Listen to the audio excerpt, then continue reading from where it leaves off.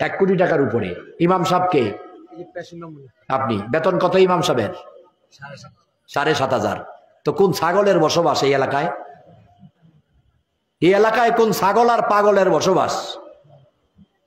1 কোটি টাকা খরচ করে মসজিদ বানাইলেন আর ইমাম সাহেবের বেতন 7,500। তো উনি তো আশায় আছে তাবিজ লাগবো, ফু দিব, মানুষ মরবো, এই আশাই তো ঘুরে, কারণ না চলবো কেমনি? আপনি আশ্চর্য, মানুষ কত বড় গাদা, মানুষ কত বড় গাদা, সমাজের কত গুণে ধরছে। আমার মতো একজন মৌলবী দাওয়াত দিয়া, আমার মতো একজন মৌলবী দাওয়াত দিয়া 1.5 ঘন্টা ওয়াজ শুনে 50,000 টাকা দেয়। আর ওই মৌলবীর চাইতে আরো ভালো আলেম মাদ্রাসা মসজিদের ইমাম, তারে 1 মাসে 10,000 টাকাও দেয় না। কিভাবে বিপদ? আমাদের গ্রামে মসজিদের ইমামের বেতন কম।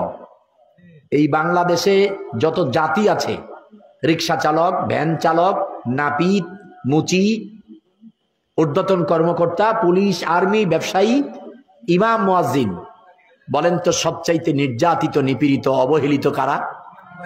ইমাম সাহেবেরা। আপনি দেখেন রিক্সাওয়ালায় রিক্সা চালাইয়া, অটোওয়ালায় অটো চালাইয়া 800-900 টাকা পায়, তাহলে 3 24,000। আর ইমাম সাহেব 5 ওয়াক্ত নামাজ পড়াইয়া ওনার বেতন হলো 6,000, 10,000, আরো কম আছে। আচ্ছা, 1 ওয়াক্ত নামাজে যদি 100 টাকাও দেন, 1 ওয়াক্ত ইমামতির মজুরি, সম্মানী ভাতা যদি 100 টাকাও দেন, তাহলে 5 ওয়াক্ত কত টাকা? 500। মক্তবের জন্য দরকার প্রতিদিন যদি 100 দেন, মক্তবের মনে করেন বেশি দিলাম না, একটা টিউশনি করলে যদি 2 ঘন্টা টিউশনি করে কোনো স্কুলে কোনো টিচার, তাহলে প্রতি জন থেকে কত নেয় 1 ঘন্টা পড়াইয়া? 1,500। তো আপনার তো 100 ছাত্র হুজুরে মক্তবে পড়ায়, যদি 100 করে দেন মাসে, কত? 100। তাহলে ওই 1,000-এর বেতন কত আছে? 1 লাখ। 100-র 10,000, 100 ছাত্রের কত? 100 টাকা করে দিলে। বাদ দেন 50 জন ছাত্র হয়নি, সকালে ছেলে মেয়ে 50টা হয় কিনা, হুজুরে 1-1.5 ঘন্টা পড়ায় কিনা? কথাটা বুঝেন ভাই, আমরা কত বড় জালিম, আমরা ইমামদের উপরে কত বড় অত্যাচার অবিচার করি, এখানে ইনসাফ নাই।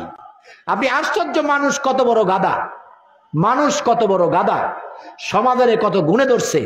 আমার মতো একজন মৌলবী দাওয়াত দিয়া, আমার মতো একজন মৌলবী দাওয়াত দিয়া 1.5 ঘন্টা ওয়াজ শুনে 50,000 টাকা দেয়। আর ওই মৌলবীর চাইতে আরো ভালো আলেম মাদ্রাসা মসজিদের ইমাম, তারে 1 মাসে 10,000 টাকাও দেয় না। কত গাদা আপনারা চিন্তা করছেন? ঝগড়া করবেন মাহফিলের পরে, কইরেন, অসুবিধা নাই, কথাগুলো গিটটা দেওয়ার চেষ্টা করেন, বুঝার চেষ্টা করেন। আমি 1 ঘন্টা কথা বলবো, 40 মিনিট 1.5 ঘন্টা কথা বলবো, আমারে দিলেন কত? 50,000। কথা বললাম কিসের? কোরআনের। আবার তো কত গল্প কাহিনী কিসসা আছেই। আর আপনার ইমাম সবে 1 মাস টানা, 1 মাস সকালে 100 পোলাপাইন পড়াইলো, 5 ওয়াক্ত করে 150 ওয়াক্ত নামাজ পড়ালো, তারে 10,000 টাকা দিতেও রাজি না। আচ্ছা, এটা জুলুম না? এটা জুলুম কিনা? তাহলে আপনি যদি সকালে একটা বাচ্চার পেছনে মাসে 100 টাকা দেন, মাসে কত? আরে ভাই, আপনার বাচ্চাটা যে 1.5 ঘন্টা পড়ায়, আপনি যদি 3.5 টাকা দৈনিক দেন, তাইলে তো 100 টাকার উপরে। কয় টাকা? আচ্ছা, 5 টাকায় তো চা পাওয়া যায় কিনা সন্দেহ আছে? ধরে নিলাম 5 টাকা। একটা চা খাইলে কত? 5 টাকা। লাল চা। একটা পান খাইলে কত? 5 টাকা। ফকির মিসকিনকে এখন মানুষ 5 টাকার কম দেয় না। আপনার বাচ্চাটা পড়াইয়া ইমাম সাহেব কি দৈনিক 5 টাকাও পায় না?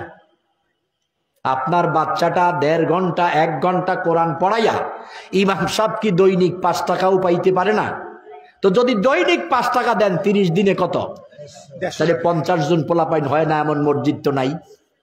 তাহলে 50 জনে 150 করে দিলে কত হয় মাসে? 7,500। 7,500। এক বেলা নামাজে যদি 100 টাকাও করে দেন, তাহলে দৈনিক 500, তাহলে মাসে 15,000 আর 7,500, 22,500 টাকা তো একেবারেই না দিলেও নয়।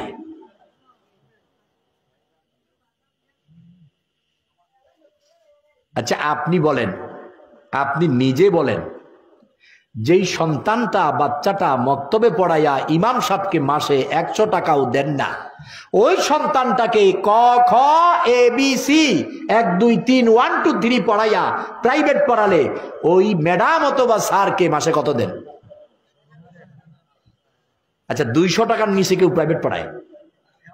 পড়ায় না। কত পড়ায়? 500 টাকা, 1000। তো ধরেন 500, ধরেন কত? 500। তাইলে এবিসি ক খ 1 2 এগুলো পড়াইয়া 1 ঘন্টায় আপনি দিলেন মাস্টারকে কত? 500। আর ওই 1 ঘন্টা কোরআন পড়াইয়া মাস্টারকে দিলেন না 100। তাহলে আপনার সে জালিম, আপনার সে অপদার্থ, আপনার সে কোরআন এবং ইসলাম অবহেলাকারী আর কে আছে?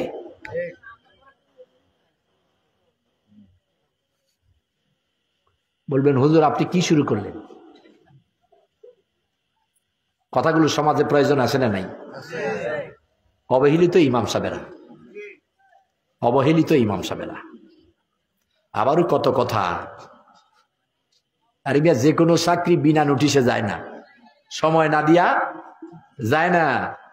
আর ঠিক মতো হয় নাই, আসর পড়াইছে, জোহর পড়াইছে, মাগরিব পড়াইছে, এশার নামাজ পড়াইছে, নামাজের পরে কয় হুজুর আর রাতে আপনার চাকরি শেষ, রাতে আপনার চাকরি শেষ। আছে না নাই? আপনি দেখেন, আচ্ছা এই যে master, madam, teacher, chairman, member, MP, ইমাম, বলেন তো আপনার অসহায় অবস্থায় আপনার জরুরি প্রয়োজনে এদের মধ্যে বেশি কাজে লাগে কারা? ইমাম সাহেব।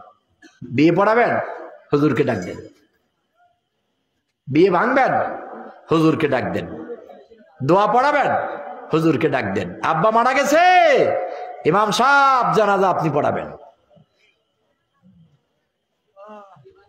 প্রয়োজনে যারে পান, এই পর্যন্ত একটা ইমাম বের করেন, আপনি বলছেন হুজুর আমার আব্বা মারা গেছে, জানাজা পড়াবেন।